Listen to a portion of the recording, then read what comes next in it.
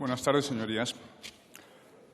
La forma en que este Gobierno viene afrontando la crisis energética ha consistido en una serie de parches, una serie de bandazos, además autocontradictorios. El Gobierno se contradice a sí mismo constantemente. ¿Cuántas veces nos dijo la ministra de Hacienda que era imposible bajar el IVA de la luz al 5%? Bien, finalmente lo han tenido que hacer, como por otra parte le había pedido Vox muchas veces. Una vez más, Vox tenía razón y este Gobierno solo acierta cuando hace caso a la oposición. En cuanto al famoso descuento de 20 céntimos en los combustibles, pues bien, ya ha sido devorado por el alza vertiginosa de los precios. El litro de gasolina estaba en 1,81 euros a 1 de abril y está hoy a 2,14 euros. Bien, pero Vox no se limita a criticar esos bandazos, estos parches erráticos del Gobierno, porque nos parece que las deficiencias de la política energética de este Gobierno no son solo coyunturales, sino que son estructurales. Es el marco conceptual mismo de esa política energética el que adolece de serias deficiencias.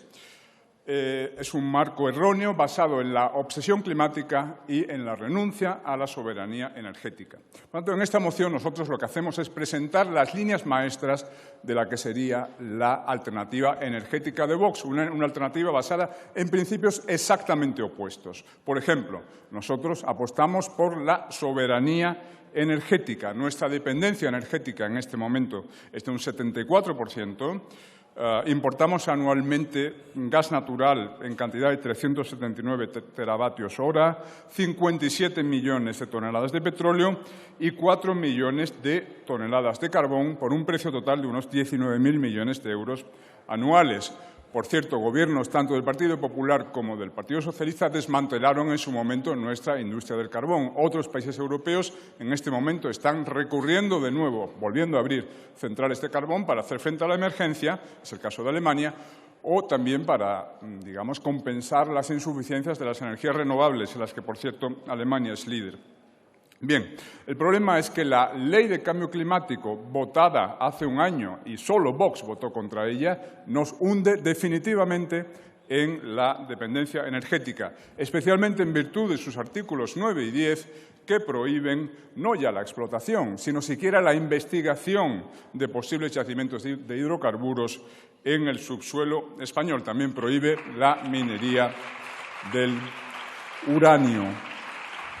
Nunca en la historia se había visto que un país renunciase así a sus propios recursos, y son recursos que podrían ser muy importantes. Un estudio del Consejo Superior de Colegios de Ingenieros de Minas ha cifrado las reservas probables de gas natural en el subsuelo español en 1,3 billones con B de metros cúbicos. Y un informe de GESAL del año 2013 se refería a reservas posibles de petróleo de 2.000 millones de barriles. Reservas que, eso sí, solo serían accesibles mediante la tecnología de la fractura hidráulica, esa tecnología que ha permitido a Estados Unidos alcanzar el autoabastecimiento energético.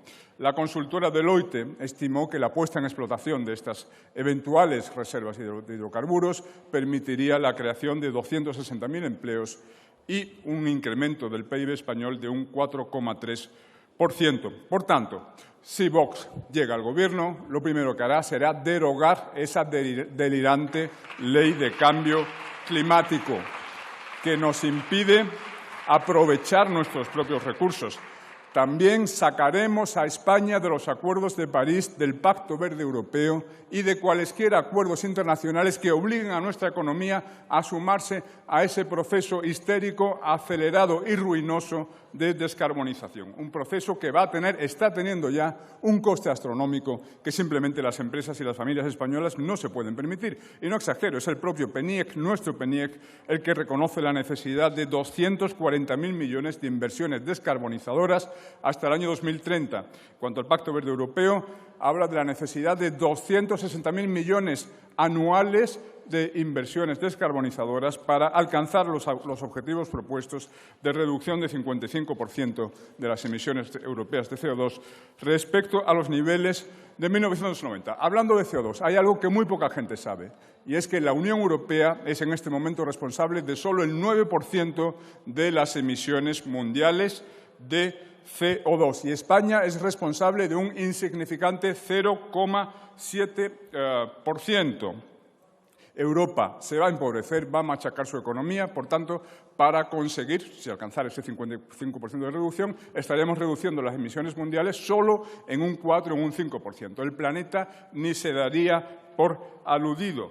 Es decir, todo este empobrecimiento voluntario de Europa va a tener una implicación un impacto en el calentamiento global de apenas unas centésimas de grado. El calentamiento del planeta en 2100, en lugar de ser de 1,81 grados, será de 1,79 grados. Eso es lo que vamos a conseguir con nuestro sacrificio. Por cierto, ese eventual calentamiento de 1,8 o 2,3 grados centígrados en 2100 en ningún caso supone una amenaza existencial para la humanidad, como proclaman los adeptos de la secta climático-apocalíptica. El calentamiento es un problema más de los que tiene planteados la humanidad en el siglo XXI, pero al que sin duda nuestros descendientes se adaptarán sin mayores problemas. Por otra parte, es poco conocido también que Europa ya ha hecho los deberes. Las emisiones europeas vienen bajando desde hace 20-25 años. Las emisiones españolas alcanzaron su pico histórico en 2005 y desde entonces han sido recortadas en un 35%, nada menos. Las europeas en un 22%. Y en ese mismo lapso temporal, las emisiones de China se han doblado desde 2005 y se han triplicado desde los años 90. Por tanto, mientras que Europa se pega un tiro en el pie y lastra su economía con este sacrificio inútil, China ve expedita la vía hacia la supremacía económica mundial. Bien, termino ya. Otros principios de nuestra alternativa energética es que España inste en el seno de la Unión Europea la supresión del mercado de los derechos de emisión de CO2 y, sobre todo, que se se prolongue la vida útil de los 7 reactores nucleares que nos quedan y se estudie la construcción de nuevos reactores nucleares aprovechando los fondos europeos de reconstrucción. El Partido Socialista ya infligió un daño tremendo a la economía española en los años 80 deteniendo la construcción, paralizando la construcción de 5 reactores nucleares. Estaban casi terminados. Ahora tiene prevista el desmantelamiento entre 2027 y 2035 de los 7 que nos quedan. Afortunadamente los sacaremos antes del poder y no podrán consumar el desaguisado. Gracias. Gracias.